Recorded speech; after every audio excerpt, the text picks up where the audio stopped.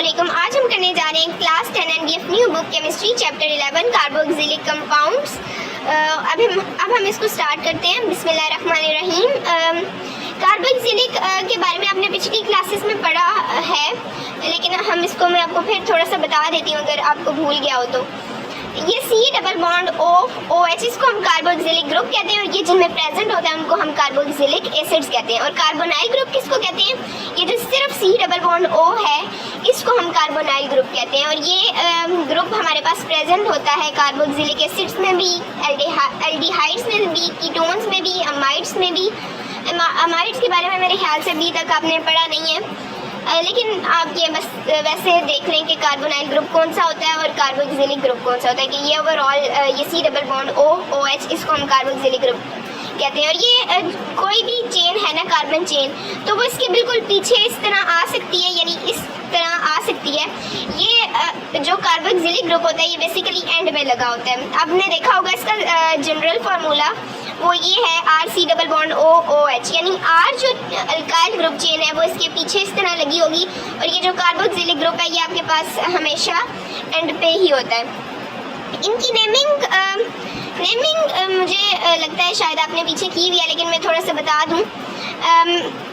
इनकी नेमिंग बिल्कुल उसी तरह है जैसे अल्केन्स की नेमिंग थी। अल्केन में आपको मीथेन आपने पढ़ा होगा, जो एंड पे E होता है अल्केन में, आपने उसको हटाकर OIC एसिड लगा देना है। जैसे बाकी नेमिंग उसी तरह है, जैसे मीथेन से मेथानोइक एसिड, इथेन से एथानोइक एसिड, यानी 2 कार्बन है तो एथानोइक एसिड, 3 है तो प्रोपानोइक एसिड, इसी तरह ब्यूटानोइक एसिड 4 है तो ये बाकी उसी तरह है, बस OIC एसिड लगा देने हैं। और ये ब्रैकेट में जो नेम है ये आपको वैसे तो 3 की सिर्फ इधर दिए हुए हैं, इनसे शायद कोई MCQs आ जाए, तो ये आपने उसी तरह करने हैं क्योंकि इनका कोई ऐसा ट्रिक नहीं है, ये कॉमन इनके नेम्स हैं। जैसे मेथानोइक एसिड का फॉर्मिक एसिड, एथानोइक एसिड का एसिटिक एसिड, यानी अगर वो आपको कहीं एसिटिक एसिड बोलें तो आपको पता हो कि एथानोइक एसिड को ही एसिटिक एसिड कहा जाता है। अब बेसिकली इन सब चैप्टर्स में पहले किसी भी कंपाउंड के बारे में कोई चैप्टर है तो आपकी इस बुक में पहले उसकी की फॉर्मेशन के कोई 2-3 मेथड्स बताए जाते हैं, उसके बाद उनके रिएक्शंस का बताया जाता है कि किस किस तरह के रिएक्शन दे सकते हैं वो कंपाउंड्स, उनकी रिएक्टिविटी के बारे में बताया जाता है। तो आज के लेक्चर में हम इनकी फॉर्मेशन के बारे में डिस्कस कर लेंगे। 2 मेथड्स बताए गए हैं, इसको मैंने इस तरह लेक्चर को लिखा हुआ है। ऑक्सीडेशन ऑफ अल्कोहल, ऑक्सीडेशन यानी ऑक्सीजन आपने ऐड करवानी है, ऑक्सीजन ऐड करवानी है। अल्कोहल्स में, अल्कोहल्स वो होते हैं जिनमें OH ग्रुप हो। अब इसका मैंने नेम लिखा इसलिए नहीं है क्योंकि ये जो R चेन है ये तो R चेन पे डिपेंड करता है, क्योंकि R चेन जितनी लंबी होगी यानी जितने कार्बन होंगे तो उस हिसाब से नेम होता है। अगर 2 हों यानी CH3 हो और ये C, एक CH3 इधर R की जगह हो, यानी अल्काइल ग्रुप है ना, तो 2 कार्बन हमारे पास हो जाएंगे तो हम इसको एथानोल कहेंगे। बेसिकली अब इसमें हम यूज़ करते हैं ऑक्सीडाइजिंग एजेंट KMnO4, जो कि एक स्ट्रॉन्ग ऑक्सीडाइजिंग एजेंट है, या H2SO4। ये हमें नैनसेंट ऑक्सीजन प्रोवाइड करते हैं, नैनसेंट या एटॉमिक इसको कहते हैं। मॉलिक्यूल की फॉर्म में O2 ऑक्सीजन होती है, उसको नहीं, ये हमें प्रोवाइड करते हैं नैनसेंट ऑक्सीजन, यानी ये जो सिंगल ऑक्सीजन है, एटॉमिक ऑक्सीजन, और ये थोड़ी रिएक्टिव होती है, ये रिएक्टिव होती है बेसिकली। अब इसमें ऑक्सीडेशन को 2-3 तरह से डिफाइन किया जाता है, मैं आपको ये बता दूं क्योंकि आप थोड़ा सोचेंगे कि इधर एक ही ऑक्सीजन इधर थी और ये जो आपके पास प्रोडक्ट बना है इसमें भी हमारे पास एक ही ऑक्सीजन है। बेसिकली ऑक्सीडेशन हम increase in number of bonds between carbon and oxygen या decrease in number of bonds between carbon and hydrogen, इसको भी हम डिफाइन इसी तरह करते हैं कि ये ऑक्सीडेशन है, यानी कार्बन और ऑक्सीजन के दरमियान नंबर ऑफ बॉन्ड्स बढ़ जाना या कार्बन और हाइड्रोजन के बॉन्ड्स कम हो जाना, इसको भी ऑक्सीडेशन ही कहा जाता है। इसमें ऑक्सीजन बेसिकली ऐड होगी। अब ये KMnO4 और H2SO4 ये जो ऑक्सीडाइजिंग एजेंट है ये हमें प्रोवाइड करते हैं। अब जो कार्बोक्सिलिक एसिड है वो डायरेक्टली नहीं बनता, पहले आप ऑक्सीडेशन करते हैं इसकी अल्कोहल्स की ऑक्सीडेशन से हमारे पास क्या बनता है, एल्डिहाइड्स बनते हैं प्राइमरी अल्कोहल की ऑक्सीडेशन से। प्राइमरी अल्कोहल यानी ऐसी अल्कोहल जिसमें फंक्शनल ग्रुप यानी OH के साथ जो कार्बन अटैच है वो डायरेक्टली सिर्फ एक कार्बन के साथ अटैच हो, क्योंकि अगर आप जितनी लंबी भी चेन हो जाए इधर कार्बन की, तो ये कार्बन डायरेक्टली तो एक ही कार्बन से अटैच है, बाकी इधर हाइड्रोजन से अटैच है, डायरेक्टली तो सिर्फ एक कार्बन से अटैच होगी। इसको प्राइमरी हम कहते हैं अल्कोहल्स। प्राइमरी अल्कोहल की ऑक्सीडेशन से हमारे पास बनती है एल्डिहाइड, और एल्डिहाइड की जब हम ऑक्सीडेशन दोबारा से करवाते हैं, उसमें ऑक्सीजन ऐड करवाते हैं, तो हमारे पास बन जाते हैं कार्बोक्सिलिक एसिड। अब हम इन स्टेप्स को देख लेते हैं। ये हमने एक अल्कोहल ली है, अब इसमें दो आपको कार्बन दिख रहे हैं, तो इसको हम एथानोल कहेंगे। OL अल्कोहल्स के नेम के एंड पे आता है।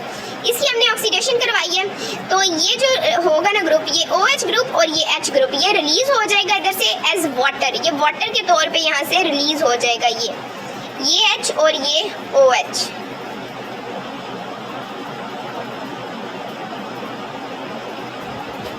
ये ग्रुप रिलीज हो जाएगा एज वाटर H2O, और ये जो ऑक्सीजन है ये इधर आके इस कार्बन के साथ डबल बॉन्ड बना लेगी, और इसी C डबल बॉन्ड OH को हम कहते हैं एल्डिहाइड्स, CHO जिसको लिखा जाता है। और इसमें भी देख लें आपके कार्बोनाइल ग्रुप प्रेजेंट है।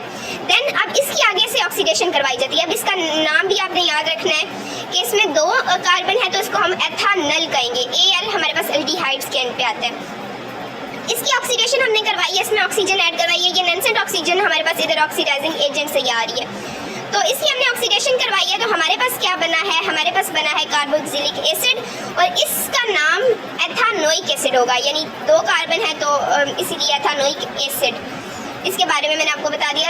सेकंड मेथड भी ऑक्सीडेशन का ही है बेसिकली, लेकिन इसमें ऑक्सीडेशन अलग तरह से होती है। इसमें हम माइक्रो ऑर्गेनिज्म यानी एक बैक्टीरिया यूज़ करते हैं जिसको एसिटोबैक्टर कहा जाता है। उसके अलावा इसकी कंडीशंस में ये है कि इसमें एरोबिक एनवायरनमेंट होनी चाहिए, एरोबिक यानी ऑक्सीजन प्रेजेंट होनी चाहिए।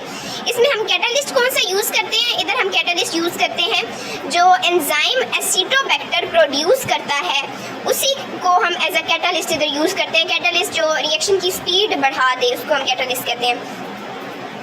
अब इसकी मैं पहले इसके बारे में ये बता दूं कि ये स्लो प्रोसेस है, और ये इन्वायरमेंट ये स्लो प्रोसेस तो है लेकिन ये इन्वायरमेंट फ्रेंडली है, क्योंकि इसमें रीन्यूएबल एनर्जी रिसोर्सेज को हम यूज़ करते हैं। रीन्यूएबल के बारे में हमने पिछले लेक्चर्स में काफ़ी डिस्कस कर लिया था। अब ये हमारे पास है अल्कोहल, यहाँ पर भी अल्कोहल की ऑक्सीडेशन होगी, लेकिन आप देख लें यहाँ पर मॉलिक्यूलर ऑक्सीजन यूज़ की जा रही है। और आपने ये बस याद रखना है कि इसमें बैक्टीरिया यूज़ करें, और उस बैक्टीरिया का क्या नाम है, एसिटोबैक्टर। कैटालिस्ट कौन सा है, और हमारी कंडीशंस में एरोबिक एनवायरनमेंट होनी चाहिए, यानी ऑक्सीजन प्रेजेंट होनी चाहिए।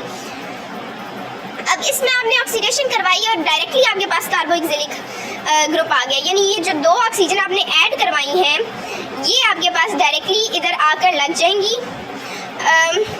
यहाँ से जो ये OH ग्रुप है, बेसिकली ये OH ग्रुप, इसको अगर खोल के लिखें आप तो उसी तरह जिस तरह ऊपर था उसी तरह इधर है कि OH ग्रुप इधर से हटेगा और इधर से एक H इधर से भी कम होगा, यानी जैसे यहाँ पर हुआ था। और ये जो दो ऑक्सीजन है वो डायरेक्टली आके अटैच हो जाएंगे, तो आप समझेंगे इधर से ये जो 2 हाइड्रोजन है इधर से एक कम कर दें और ये OH भी ख़त्म कर दें, यानी इधर से एक H गया और ये OH ग्रुप भी गया, तो ये मिलकर वाटर बना देगा। और ये जो दो आपके पास ऑक्सीजन है इधर आके अटैच हो जाएंगे, तो C double bond OH, H यहाँ पर एक रह गया था ना, तो वो यहाँ पर, तो ये हमारे पास कार्बोक्सिलिक एसिड आ गया है, और इसको हम एथेनोइक एसिड कहेंगे, ये वाटर कहेंगे आप इसको H2O को।